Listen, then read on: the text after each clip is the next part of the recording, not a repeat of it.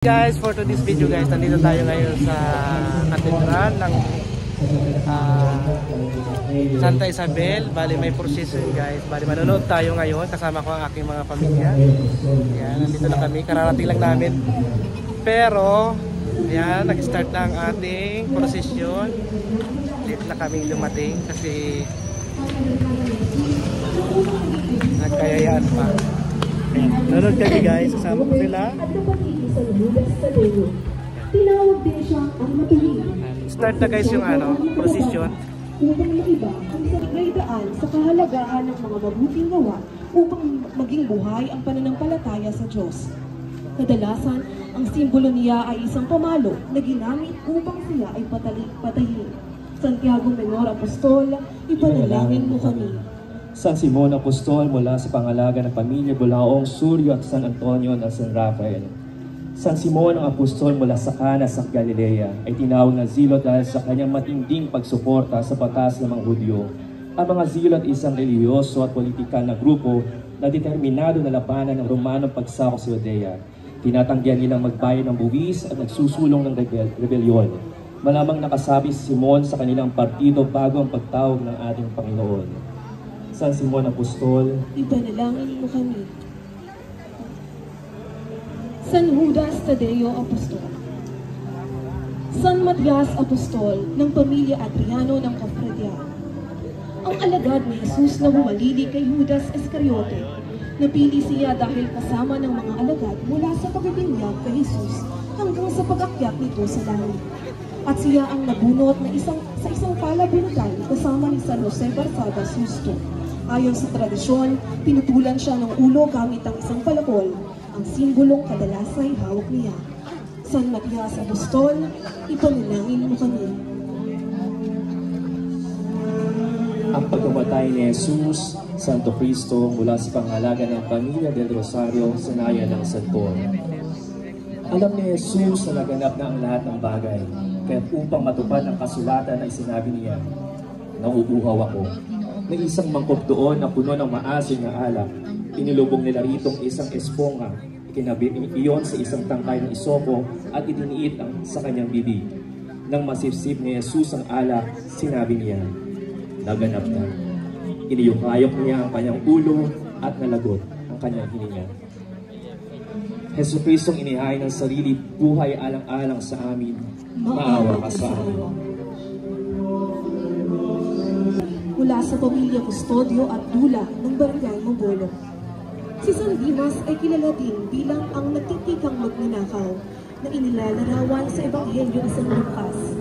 Ang magnanakaw na ito, na kasamang ipinako ni Jesus sa Golgota, ay nagsisi sa kanyang mga kasalanan at hiniling kay Jesus na isama siya sa kanyang kaharian. Ang mabuting magnanakaw ay ipinako sa kanan ni Jesus at ang isa naman sa kaliwa.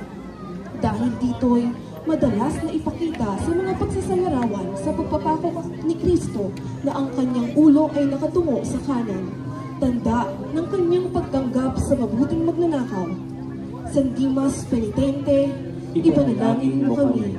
Pagbaba kay Jesus sa krus sa pangangalaga ng pamilya David mula sa Naya ng Santor. Bago magtakisiling, dumating ang mayaman na si San Jose de Arimatea, isang ginagalang ng Sanhedrin na disipulo ni Jesus. Nagsadya siya kay Poncio Pilato na ibigay nito ang bangkay ni Jesus sa kanya. Kaya't ibinaba ni Jose ang bangkay ni Jesus upang balutin ng isang bagong kayong lino na kanyang binili. Katulog niya si Nicodemo na may dalang isang libra ng mira at aloe. Kasama nila ang mahal na Birheng Maria at mga babaeng sumama kay Jesus mula sa Galilea. Jesus, kahabagan mo kami. Si Jesus sa kandungan ng kanyang ina, La Pieta, ng pamilya Makapagal ng Tikay.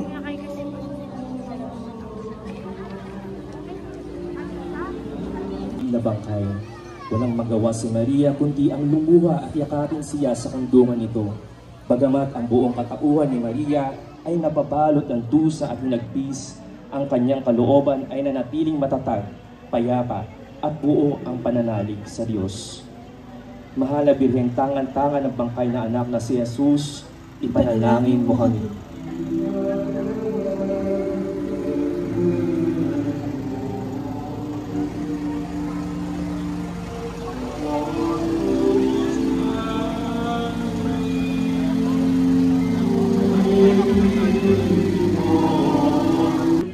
nalubig ang kamatayan, at sa muling pagkabuhay, ang pag-asa ay sumilay. Ang kahoy na krus, bagamat simbolo ng kamatayan, ay nagtutanda ng kaligtasan na ipinapakita sa pagkamatay at pag-aalay ng Panginoong Hesus ng kanyang buhay dito.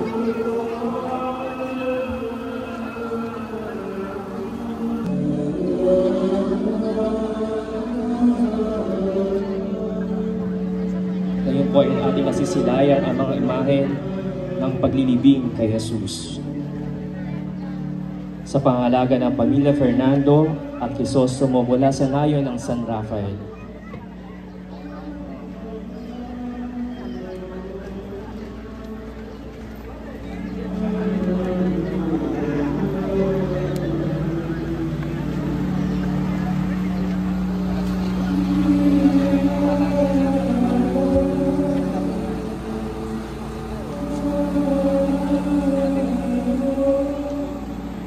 Paglilibing kay Jesus. Nayanda na ang katawan.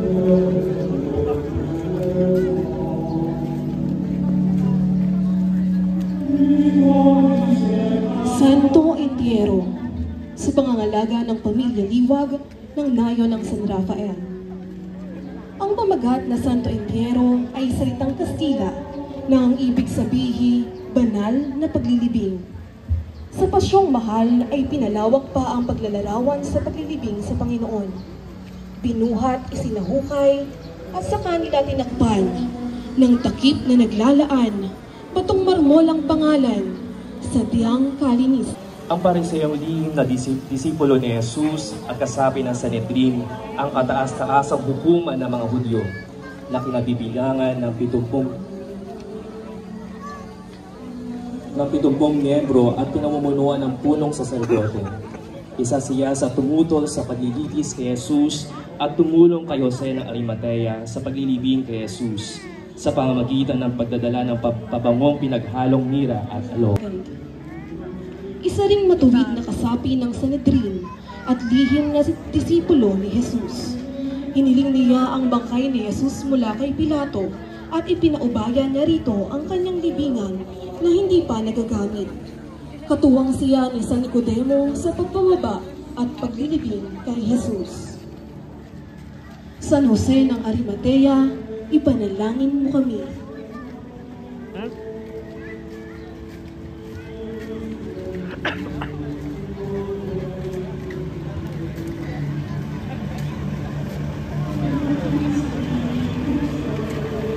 San Barsabas Justo, ang imahe po ay nasa pangalaga ng Pamilya Robles mula sa ngayon ng Balite. Si San Barsabas Justo ay kasama ni San Matias upang pagpilian kung sino ang halili kay Jesus ni Juan Bautista hanggang sa pag-akyat sa langit. San Barsabas Justo, ipanalangin mo kami.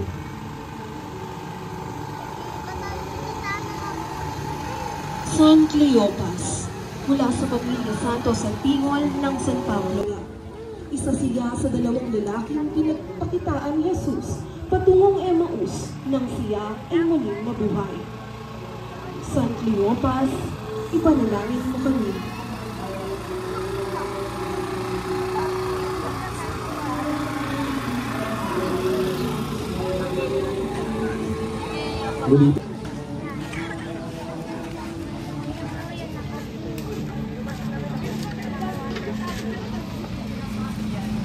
San Longino, ang imahen po ay nasa pangalan ni Jesus.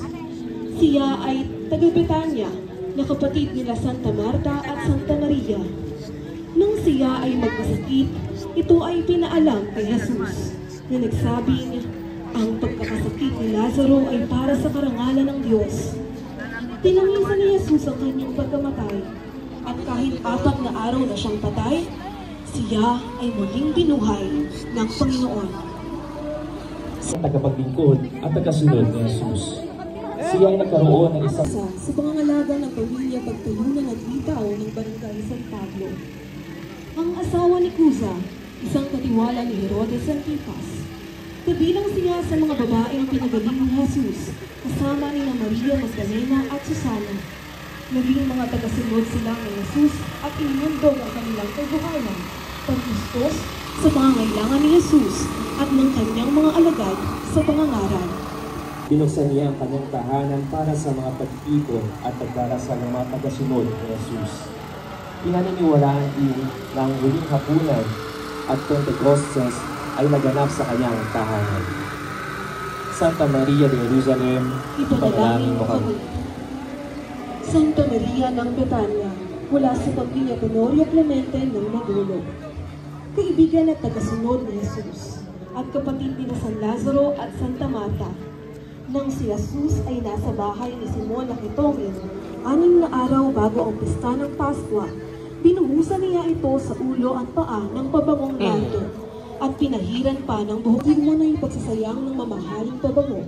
Ang pambili nito ay maaaring ibigay na lamang sa mga dungha. Ngunit sabi ni Jesus, pabayaan mo siya. Ginawa niya ito bilang tanda ng mabibintokong paglilibing. Santa Maria ng Betania, ipanalangin mo kami. Santa Marta ng Betania, sa pangangalaga ng pamilya Lumage, ng Nayon ng Balide.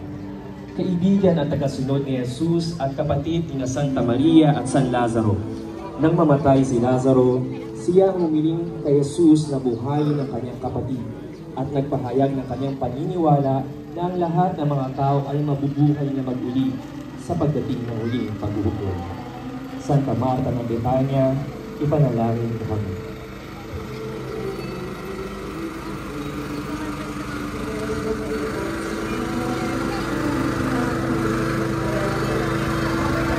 Santa Veronica mula sa Pamilya Robles ng Makikaya.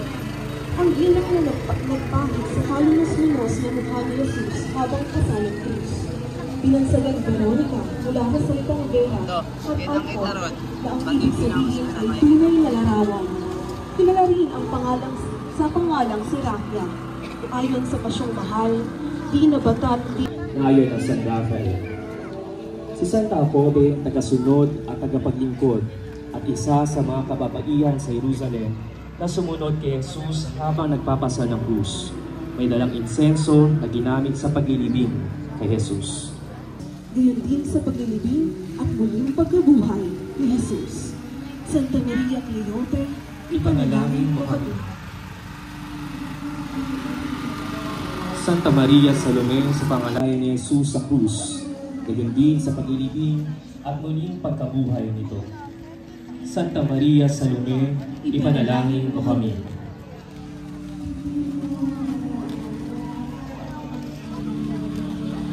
Luwag ng San Rafael. Ang pangunahing babae na tagasunod ni Jesus. Mula sa kanya, 7 demonyo ang pinalayas ni Jesus. Pagkatapos, naging masugid na disipulo ni Jesus. Saksi rin sa kamatayan ni Jesus sa krus, gayon din sa paglilibing at muling pagkabuhay. Santa Maria Magdalena, ipanalangin mo kami.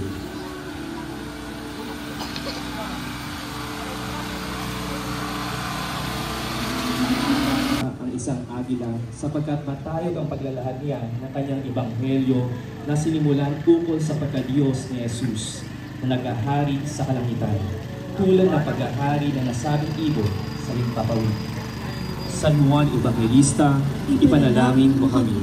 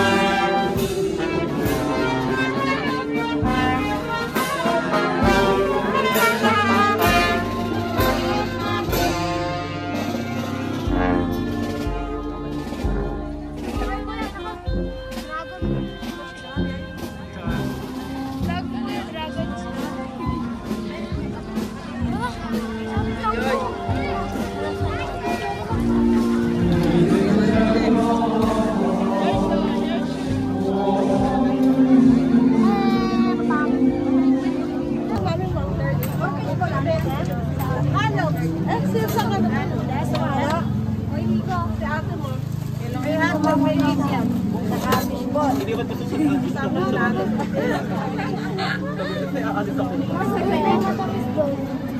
Ha? Nalalayo ah.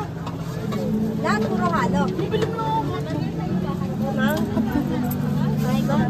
Ito sa akin. Ay, sa akin. Ito lang lang.